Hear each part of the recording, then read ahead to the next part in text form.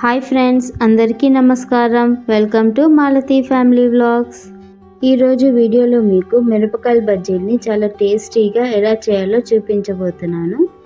Road side బండి మీద దొరికే మిరపకాయల బజ్జీని ఎలా చేయాలో ఆ ప్రాసెస్ ఏంటో చూసేద్దామండి. ముందుగా ఒక కప్పు శనగపిండిని జల్లించుకొని తీసుకోవాలి. 2 టేబుల్ స్పూన్ల బియ్యం పిండిని జల్లించుకొని తీసుకోవాలి. చిటికెడు వంట సోడాని వేసుకోవాలి. 3/4 టేబుల్ స్పూన్ సాల్ట్ వేసుకోవాలి. అందులో 3/4 టేబుల్ స్పూన్ కారం వేసుకోవాలి. కారం అంతా పిండిలో కలిసేటట్టు మిక్స్ చేసుకోవాలి. పిండి మిక్స్ చేసుకున్న తర్వాత అందులో కొంచెం ఆయిల్ వేసుకోవాలండి. ఆయిల్ కూడా పిండిలో కలిసేలా కలుపుకోవాలి. ఇప్పుడు కొంచెం వాటర్ వేసుకొని పిండిని దోశ బ్యాటర్ కన్నా కొద్దిగా పల్చగా కలుపుకోవాలి. చూసారా, పిండి కన్సిస్టెన్సీ అనేది ఇలా ఉండాలి. ఇప్పుడు మిరపకాయల బజ్జీల్ని తీసుకోవాలి. ఇప్పుడు మిరపకాయల్ని ఇలా చాకుతోటి మధ్యలోకి కట్ చేసుకోవాలి. స్పైసీ తక్కువ ఉండాలంటే స్పూన్ తోటి లోపలున్న గింజలన్నీ తీసేసుకోవాలి. ఇలా వీడియోలో చూపిస్తున్నట్టు మిరపకాయ లోపలున్న గింజలన్నిటినీ తీసేసుకోవాలండి.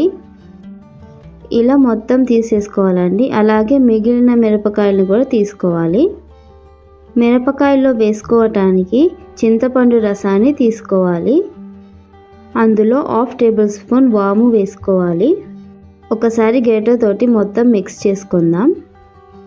ఇప్పుడు కట్ చేసుకున్న మిరపకాయ మధ్యలో చింతపండు రసాన్ని వేసుకోవాలి. ఇలా వేసుకున్నట్లయితే కొంచెం పుల్లగా బాగుంటుందండి మిరపకాయ బజ్జీ.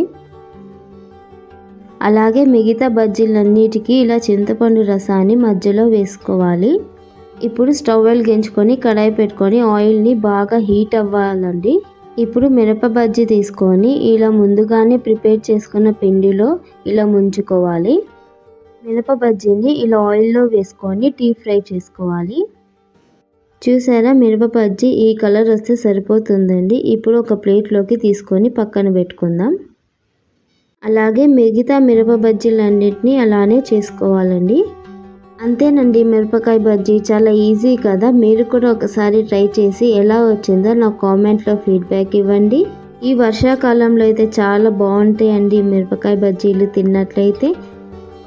అంతేనండి, మీకు కనుక ఈ వీడియో నచ్చినట్లయితే లైక్ చేయండి, షేర్ చేయండి, అలాగే సబ్స్క్రైబ్ చేసుకోండి. ఇంకొక మంచి వీడియోతో మీ ముందుకు వస్తాను. Bye friends.